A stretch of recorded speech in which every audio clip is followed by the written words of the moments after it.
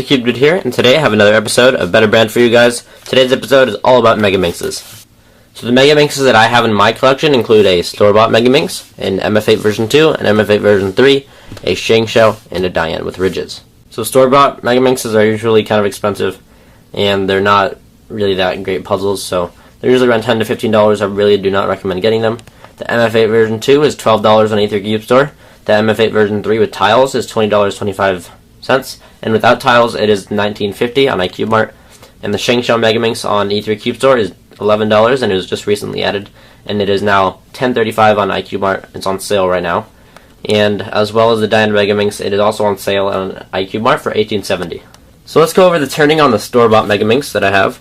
Now this Megaminx turns horribly. It is really blocky, really rough. And it's just a horrible puzzle. There's not really much else I can say about it. This puzzle is definitely not the better brand out of all these. It's not, I don't even know the brand of it. But so yeah, the turning is horrible. Now let's get on to the MF8 version 2 turning. So the MF8 version 2 Megaminx was my second Megaminx, and the first being my store-bought. And when I first got this, I thought it was amazing, and I still think it is amazing, but it is not as good as I thought it was before. I thought it was the best Megaminx out there, but I was really wrong. These three are definitely the best, but which one is a better brand? You guys can watch till the end to find out that. So the turning is extremely smooth, but there's some other reasons why this is not the best, and I'll be going over those later in the video. Now let's go on to the turning of the MF8 version 3 and see how they improved. So the turning on the MF8 version 3 is so much smoother than that of the version 2. This one's kind of louder, and this one has a more plasticky sound, if that makes any sense. But anyways, it is a lot smoother, a lot easier to turn since this one has tiles. Maybe if it had stickers, it wouldn't be as easy to turn, but the tiles kind of raise up, and they give you a better grip for easier turning. So I'd recommend you guys get this tiled version if you're going to get this Megaminx. I'm not sure if tiled Megaminxes are allowed in competitions, or tiled puzzles. Let me know in the comments below if they are, because I am going to a tournament, and I'm not sure if I should bring any tiled puzzles that I have. It's not that many, but I just want to know if I should, just for a future reference. So now let's move on to the Shangshao Megaminx. So now the Shangshao Megaminx, I have two of these. I have a white and a black. The black one was lubed and tensioned by JR Cuber. I'm not really that great at lubing and tensioning Megaminxes, so I won't be going over mine. I'll be going over his. I won this in a contest. Thanks, JR Cuber, if you're watching this. Thanks for sending this to me. I love all your videos, and you guys should all go check them out. So the turning is just phenomenal. It's just like any other Shangshao product, just like the Shangshao 7x7, the Shangshao Wind, the new Shangshao Aurora puzzle. It is silky smooth. It's like butter, pretty much. And it's just one of the smoothest puzzles I've ever turned. And most of the smoothest puzzles I've ever turned are Shangshao. So this is just a magnificent turning puzzle. It is super smooth. There's not really much else I can say about it. It's just amazing. Now let's go over the Diane with ridges. The Diane Megaminx with ridges has great turning. Mine is not lubed or tensioned really. But one thing that makes the turning a lot easier is the ridges, because as you can see it has ridges. When you turn, your finger can catch on the ridge, so you could actually turn it easier than on here when you don't really have that good of a grip. It kind of slides off a little bit, your finger, I mean. So the ridges really do help out with turning. I'm not sure if these are allowed in competitions either, so let me know if ridges are allowed, because I might do Megaminx in a future event, or a future tournament. Even though I'm not that fast, I average about 5 minutes. But so yeah, the turning is extremely smooth.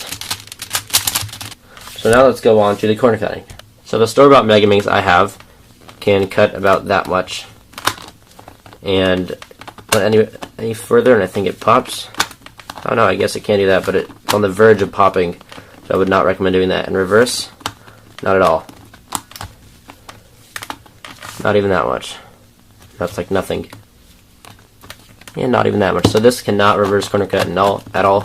So it's definitely not a speed Megaminx, and if you attempt speed solving it, it'll definitely lock up and pop, and I'll go over that in the next section. So the corner cutting on the MF8 version 2 is not that great. It's actually worse than the store-bought. The store-bought was able to do this, but the MF8 version 2 cannot. It can do just about that much. It's kind of line to line on the Megaminx. In reverse, not at all.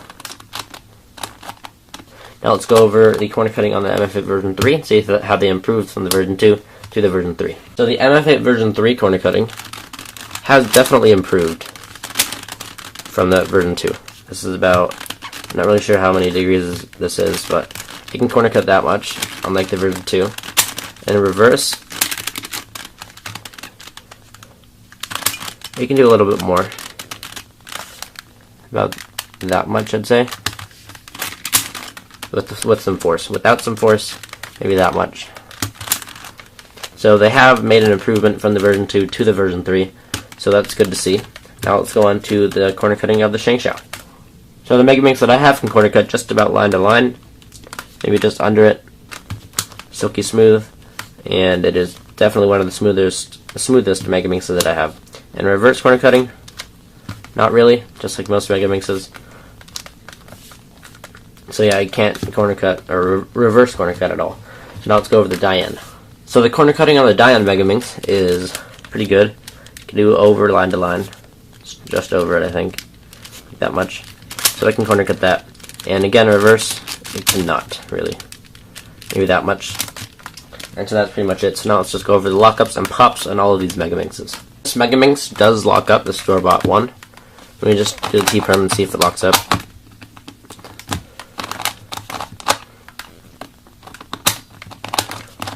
So there's a pop, so it does pop occasionally, maybe a little bit too much, and so I'll just get that back in later, but it does pop up a lot. I mean, it does pop and it does lock up a lot, so I do not recommend getting this puzzle. Now let's go over the lockups and pops on the version 2. So the MF8 version 2 Megaminx does not ever pop, but it does lock up occasionally. I can't really get it to lock up on screen, but it does, trust me. So now let's see how it improved from the version 2 to the version 3. So the MF8 version 3 Megaminx does not ever pop just like the version 2. However, it does lock up. And this is mainly because I did not lube mine. I can't really get it to lock up on camera either. But I recommend that you guys lube and tension your Megaminxes properly to prevent lockups. So the Shengxiao Megaminx does not ever lock up and it does not ever pop. That is pretty much because it is an amazing Megaminx. And the only problem that it does have that's kind of similar to locking up is sometimes in the middle of performing an algorithm, another face will just want to turn and it kind of gets in the way. That is pretty much because of how silky smooth this puzzle is. All the pieces, or all the faces just really want to turn. So now let's go over on the Diane Megaminx. So the Diane Megaminx does lock up occasionally, mainly because I have not lubed or tensioned it. But again, I guarantee that if you do lube and tension it correctly, it will prevent all lockups. And it does not pop because it does have the same mechanism as a Zanchi, and we'll go over that in the next section. But it does not lock up, and it does not ever pop. So now let's just go over all the pieces on all of these Megaminxes. Okay, so on the store-bought Megaminx, the edge and the corner fit together like so. And so the edge has the tiniest little lip right there that goes underneath this part of the corner. And then how it's cut at an angle should prevent it from popping out since it's bigger on the sides. If you try and take it out, it wouldn't fit when all the pieces are together, as you can see here. But however, sometimes it still manages to pop. And so those are the pieces for the store-bought. Now let's go over the version 2. Big difference in the pieces from the version 2 to the version 3 MF8. So here we have the corner and edge of the MF8 version 2. And as you can see, it's a really short corner, a really small corner. Not really that much of a stock. And the edge fits under like that. And when you see the version 3, you can see that there's a huge difference. Let's just go over the difference in the corner. It is so much bigger. And the edge is so much bigger too. So it goes deeper into the core on the version 3. And they fit together like this. And also these little wings on the edge, I believe, goes underneath the center, and when you try and pull it out, these prevent it from coming out from underneath the center. So now let's go over the pieces on the Shengxiao. So here we have the Shengxiao and the Diane Megaminx. And the reason I have them side by side is because I will be comparing them, because apparently the Shengxiao did a knockoff of the Diane. So here we have the Shengxiao pieces. Notice how it has this little bridge right here, or whatever you want to call that. And the Diane, here's that. Notice how it doesn't make full contact, just like the Shengxiao did right there. There's a hole. And notice how this also has this bridge. So let me know in the comments below what you guys think. Is the Shengxiao knockoff of Diane?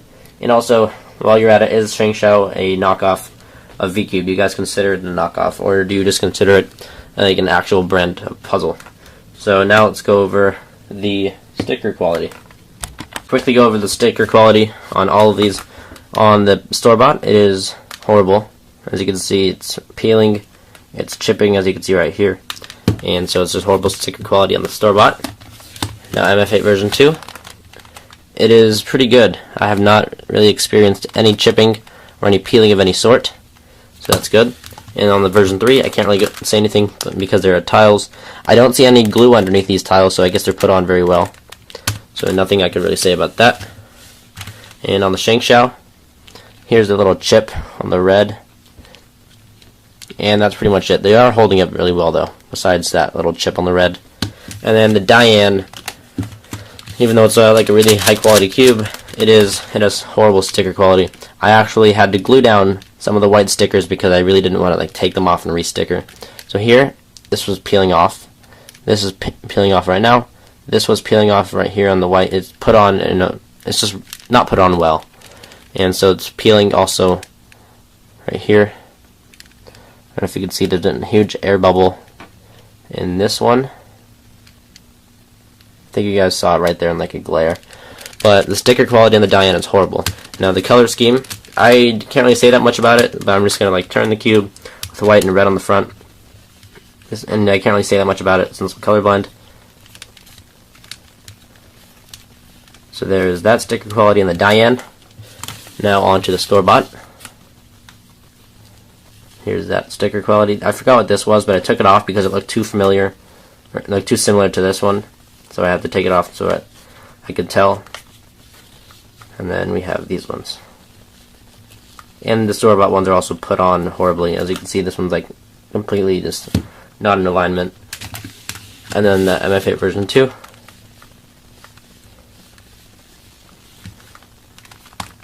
And then these. And then the version 3. Again, this is really quick. They're all pretty much the same except for I think like 2 of them. And then the Shangshao.